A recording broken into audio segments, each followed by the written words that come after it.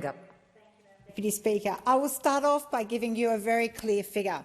$2 million per hour in revenue lost for the Australian people because we are failing to tax the gas industry, export industry appropriately, or some $50 million per day.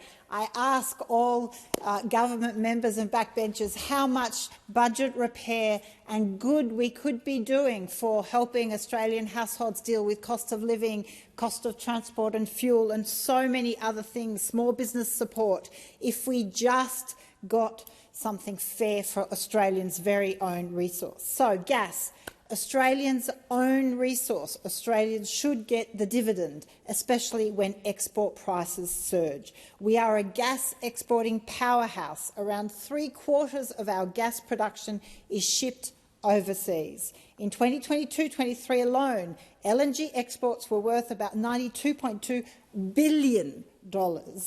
This represents a potentially transformative opportunity for the federal budget. And yet, throughout this matter of public importance debate, what we've heard are the platitudes and the government talking points, but nothing really genuine when it comes to tackling why are we not getting our fair revenue for an Australian resource. The PRRT, now that is a failed government policy. The returns have been patchy, delayed, because the deductions and project features can push cash payment out for years, and successive budgets have downgraded revenue expectations from the PRRT. And I don't have my hopes up for the upcoming budget in May that those predictions will be any different. In fact, a couple of weeks ago I asked the Treasurer here if the government would acknowledge that it actually got the PRRT settings wrong, that the Treasury had recommended tighter, an 80% deduction, not the 90% deduction. But no, the government doesn't want to acknowledge it got those settings wrong. It's digging its heels in, despite all that revenue lost for Australians. The Australia Institute estimates that we've foregone so far about $63.8 billion since July 2022, and the government made that policy choice by not taxing gas export windfalls. It's around $2 million per hour, as I said, which is just mind-boggling. Australians are entitled to ask a pretty basic question. How is it that one of the world's biggest gas exporters can raise less from taxing offshore gas profits than the Commonwealth raises from beer excise?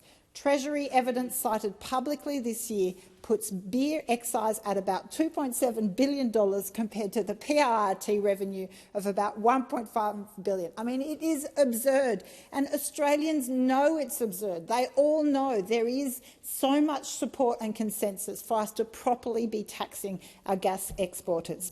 So plainly, in Australia, a night at the pub is being taxed more effectively than the export of a public natural resource. Now, that's not a tax system designed in the national interest. We know that the government collects more from students through HECS and help repayments than it does through the PRRT. Now, what do I say to the young people that are here, students who are hopefully going to go to university and will have to pay HECS debts, and yet there they are contributing more to Australia's future than what the gas export industry does. So, a fair share is not anti-industry, it's pro-Australia. We need a rules-based charge on extraordinary export rents.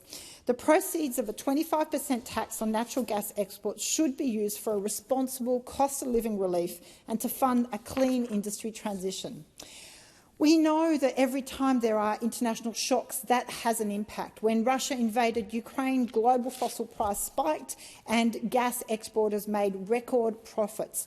The price went up, the profits rose, about 45% rise above the pre-2022 average, and yet Australians did not see any of that benefit. So, at the heart of the problem, global shock sends prices sky high.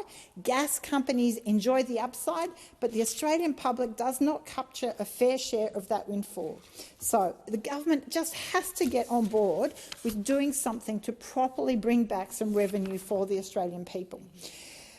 First, what can we do here? We're here discussing it. We've got young students here watching this debate with hope that they're not going to inherit intergenerational inequity, that they're going to have some revenue in the bank from this government to ensure the right things can be paid for. Well, first, we need to legislate a meaningful tax on gas exports so that the Australian public receives a fair return when global prices surge. Time has expired.